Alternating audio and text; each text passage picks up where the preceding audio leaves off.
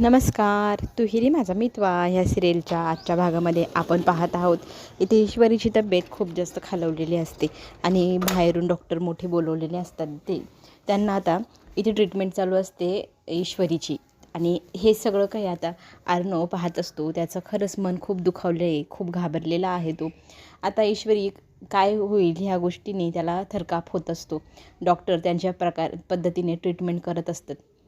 आकाश आता इकडे फोन करून निरोप देऊ लागतो नम्रताला की ईश्वरीचा ॲक्सिडेंट झालेला आहे. आणि हे सगळं कसं झालं आहे असं तिने प्रश्न विचारल्यावर तो सगळी घडलेली हकीकत सांगू लागतो. शहराबाहेर एका ठिकाणी ईश्वरी कुणालाही न सांगता गेली होती. तिच्यावर तिकडे हल्ला झाला. त्या हल्ल्यात ती जबरदस्त जखमी झालेली आहे. तिच्या डोक्यालाही मार लागला आहे.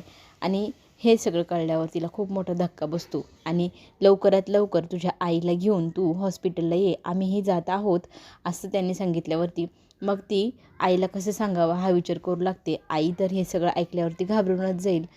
तर तो म्हणतो तू पण लवकर ये आणि तुझ्या आईला घेऊनही ये, कारण ईश्वरीला आपली गरज असू शकते, तिथे आपण हजर असायला हवं. मग ती म्हणते हो लगेचच निघतो आम्ही असं म्हणत ती आता जायला निघते हॉस्पिटलला. इकडे मात्र राकेशने चांगलीच चोरी लबाडी सुरू केलेली आहे. अंजलीच्या बॅगेमध्ये काही पैसे मिळत आहेत का, काही दागिने मिळत आहेत का. अंजली घरात नाही ह्या गोष्टीची संधी साधून तो लगेचच उचकापाचक सुरू करतो. तिच्या पॉकेटमध्ये त्याला 400-500 रुपये मिळतात. खरं तर ह्या बाईला सारखं दवाखान्यात नेऊन आणून तिच्या औषधांचा खर्च करून माझे पैसेच संपून गेले असं तो म्हणत असतो. आणि तिच्या मोबाईलवरती त्याच वेळेला आकाशचा फोन येतो. आकाशने कशाला फोन केला असेल तो विचार करू लागतो. मग आकाश सांगू लागतो की ताई ताई ऐक, फोन ठेवू नको, इथे ना खूप मोठा प्रॉब्लेम झाला आहे. ईश्वरीवरती कोणीतरी हल्ला केला आहे, तिच्या डोक्याला जबरदस्त मार लागला आहे, ती सिरियस कंडिशनमध्ये आहे, तर तू लवकर हॉस्पिटलमध्ये ये.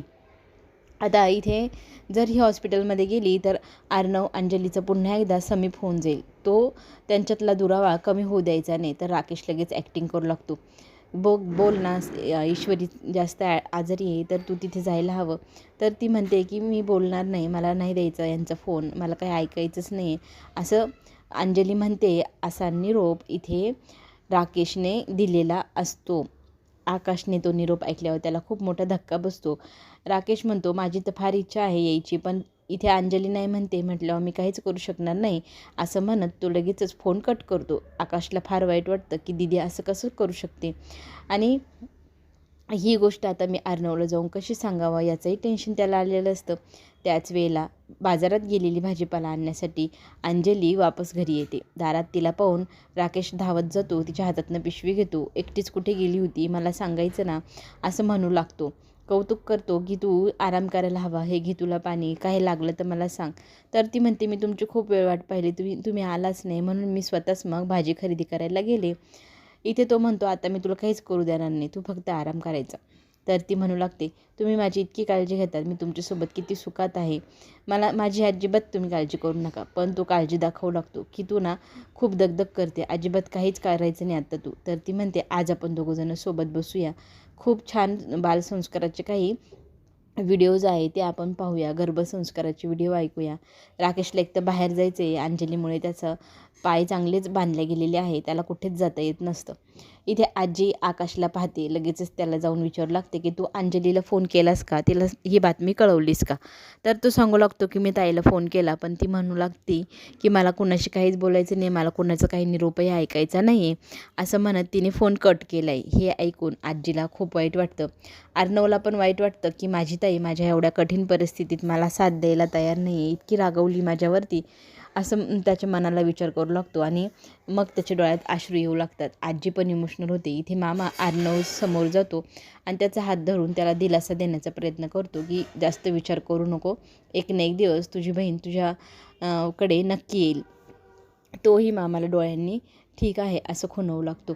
इथे त्याच वेळेला धावत धावत वल्लवी येते, तिला बातमी कळते असं दाखवू लागते की ईश्वरीची अशी बातमी कळल्या मी तातडीने पळत आले, हे सगळं कसं घडलं म्हणून ती इतकं जोरजोरात आरडाओरडा करू लागते. एक तर अर्णवची परिस्थितीच नाही काय बोलण्यात, त्यात ही सारखी प्रश्न विचारते. तर इथे मामा मामीला म्हणतात की जरा शांत राहतेस का, किती गडबड गोंधळ घालत आहेस तू, थोड्या वेळाने सांगतो मी तुला सगळं, आता फक्त शांतता ठेव. पण ती म्हणते ती गेलीच कुठे, तिच्यावर हल्ला केलाच कोणी, तिला एकटीला जायची गरज गरजच काय. इथे मामा तिला म्हणतात प्लीज शांत राहा. त्याच वेळेला डॉक्टर बाहेर येतात. डॉक्टर सांगू लागतात की तिची कंडिशन खूप क्रिटिकल आहे. आता देवाकडे फक्त तुम्ही प्रार्थना करू शकता तिला शुद्धीवर आणण्यासाठी. ती जोपर्यंत शुद्धीवर येत नाही तोपर्यंत आता काहीच होऊ शकत नाही. मेंदूला इतका जबरदस्त मार लागलेला आहे, त्याच्यावरती काहीच पर्याय नाही आता उरलेला. आम्ही आमच्या पद्धतीने गोळ्या औषध देण्याचा प्रयत्न करतोय, बाकी सगळं देवाच्या भरोश्यावरती. राकेशला बाहेर जायचं आहे, त्याच्यामुळे त्यांनी एक युक्ती काढली. त्याने खीर बनवायला घेतली. खिरीचा खमंग वास घरभर पसरला आहे. आणि त्याच वेळेला त्याला रियाचा कॉल येतो. रिया त्याला म्हणू लागते, काही झालं तरी आज तू माझ्याकडे मला भेटायला आलाच पाहिजे. जर तू आला नाहीस तर मी तुझी काही खैर नाही. आता रियाला तो म्हणू लागतो की हो हो, माझी जरा अडचण होती म्हणून मी येऊ शकलो नाही, पण आता मी निघतच आहे, ऑन द वे, असं सांगत तिला तो समजवू लागतो. पण ती म्हणते तू कितीतरी तासांपासून हेच उत्तर देतोय, मला आता तुझं काय ऐकायचं नाही म्हणजे नाही. तू जर इथे आला नाही तर मी थोड्या वेळात तिथे येणार. तर तो म्हणतो नाही काळजी करू नको, मी निघालोय बघ, येतच आहे. तर रिया खुश होते. त्याच वेळेला अंजली म्हणू लागते की खमंग वास सुटला आहे, तुम्ही काय बनवलं आहे. तर तो म्हणतो मी तुझ्यासाठी आज मस्त खीर बनवली, तुला आवडते ना. तर ती म्हणते तुम्ही किती विचार करता हो माझा, तुम्ही माझ्यासोबत आहात तर मी कशाचंच आता भीती वाटत नाही आणि तुमच्यासोबत मी किती सुखात आहे बघा, असं म्हणत ती त्याला घट्ट मिठी मारते. खरं तर त्याला त्रास होतो आहे अंजलीच्या एवढ्या प्रेमाचा. त्याला बाहेर जायचं आहे, त्यात ही बाई सारखी चिकटलेली आहे. त्याच्यामुळे आता तिच्यापासून पिच्छा सोडवण्यासाठी त्याने खिरीमध्ये झोपेचं औषधाच्या 2-3 ड्रॉप टाकले. ती खीर तिने खाल्ली की मग ती गाढ झोपी जाईल आणि मग त्याला रान मोकळं होईल. त्याला जे काम करायचं आहे त्याच्यासाठी तो मोकळा होईल. आता इथे अंजली मात्र खूप खुश आहे की तिच्या नवऱ्याने तिच्यासाठी खीर बनवली. दवाखान्यामध्ये इकडे कंडिशन इथे खराब होत चाललेली असते. ईश्वरी बेशुद्ध अवस्थेत आहे. सगळेजण काळजीत असतात. डॉक्टर त्यांच्या पद्धतीने धावपळ करत असतात.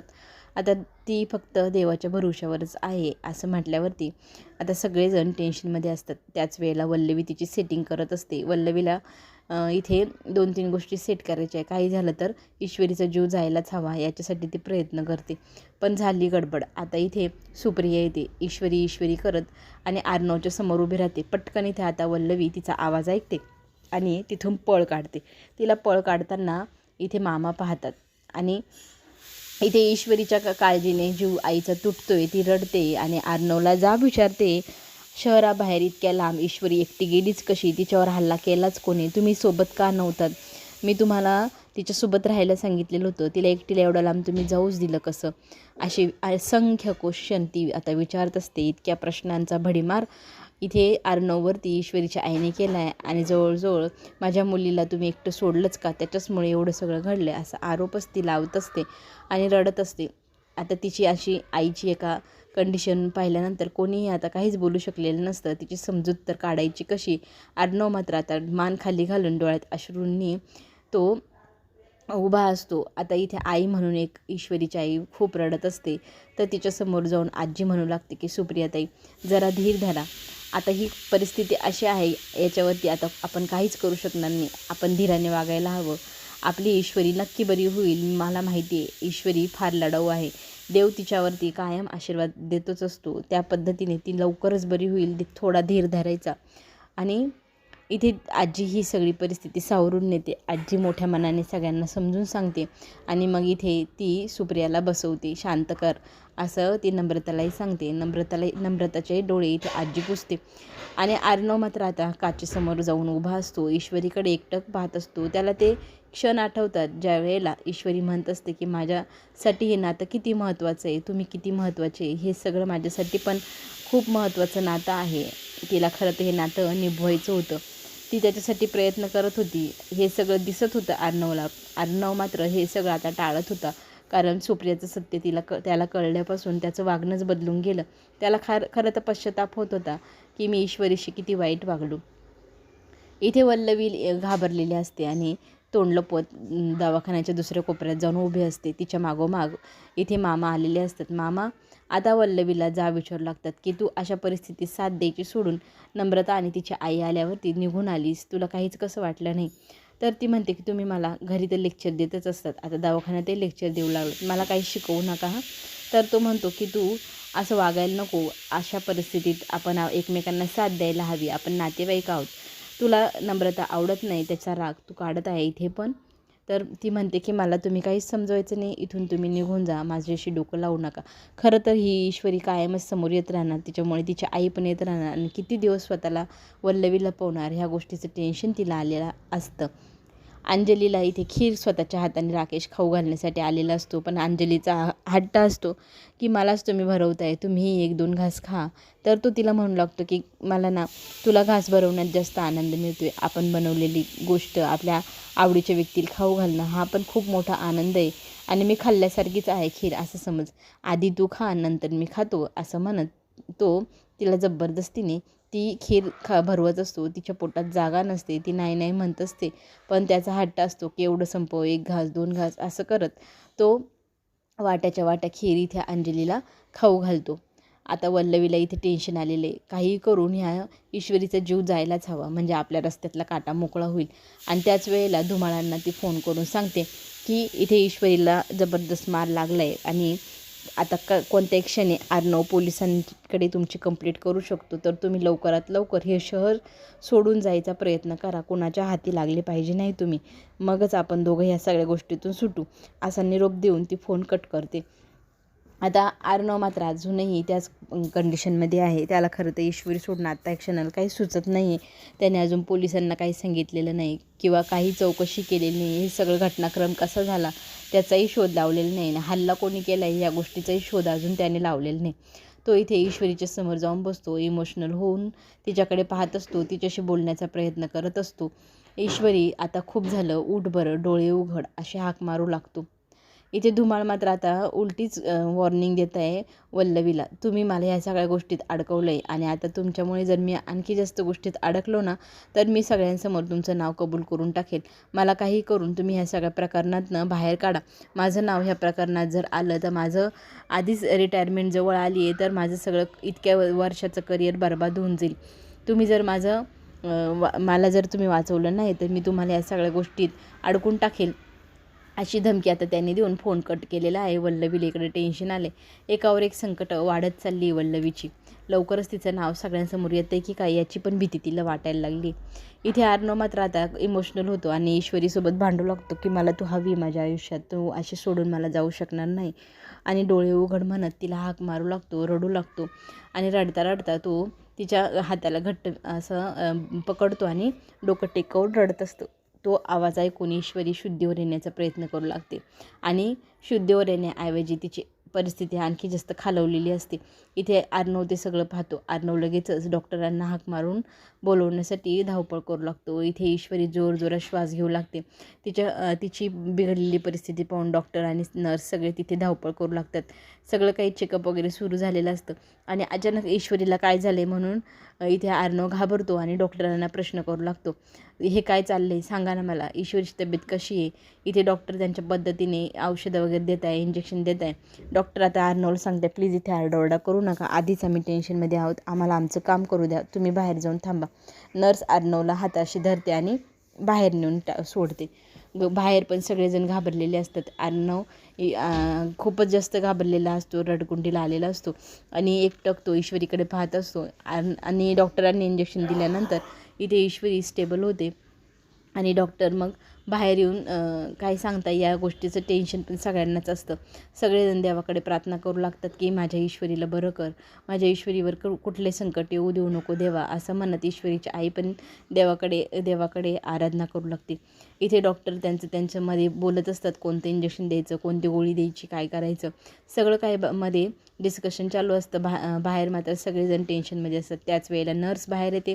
नर्स मात्र आता सांगते की काहीच तास आपल्याला आता खूपच जास्त कंडिशन खराब असल्यामुळे आता तिची काळजी घ्यावी लागणार. आता ती शुद्धीवर आली तरच तिचा जीव वाचू शकतो, नाहीतर आपण फक्त आता देवाकडे प्रार्थना करण्यापलीकडे काहीच करू शकत नाही. हवे तितके सगळे प्रयत्न आपण लावले, जोर लावला आहे आणि हवे तितके महागडे औषधही आपण लावलेत, पण आता याच्यावरती पर्याय नाही असं म्हटल्यानंतर इथे सगळेजण खचून जातात. सगळ्यांच्या हातापायातला त्राण निघून जातात. आता डॉक्टर इथे अर्णवची सही घेतात फॉर्मवरती की काही झालं तर त्याला जबाबदार आम्ही राहणार नाही.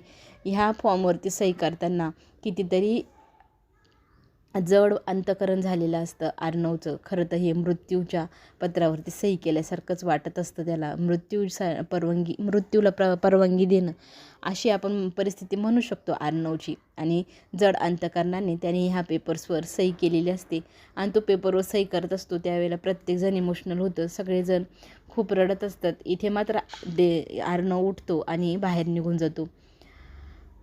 पुढे आपल्याला असं पाहायला मिळेल की अंजलीने इतकी खीर खाल्लेली, इतकी गाढ झोपी गेलेली असते आणि तिची जागृती आहे की नाही इथे चेक करत असतो राकेश. तिला हलवून पाहतो पण ती काही उठत नसते. त्याच वेळेला त्याला रियाचा कॉल येतो, लवकर येतोयस की मी तिकडे येऊ? तर तो म्हणतो, अगं पोचतोच आहे, फक्त तू दार उघड, आलोच मी, असं म्हणत इथे तो लगेचच मज्जा मारायला निघालेला असतो रियासोबत. ह्या दाराच्या दार सगळं बंद करून छान तो रियाच्या घरी जाऊन पोचतो. इकडे मात्र अर्णव खूपच इमोशनल झाला आहे. तो गणूबाप्पाकडे जातो आहे आणि गणूबाप्पाशी आता भांडू लागतो.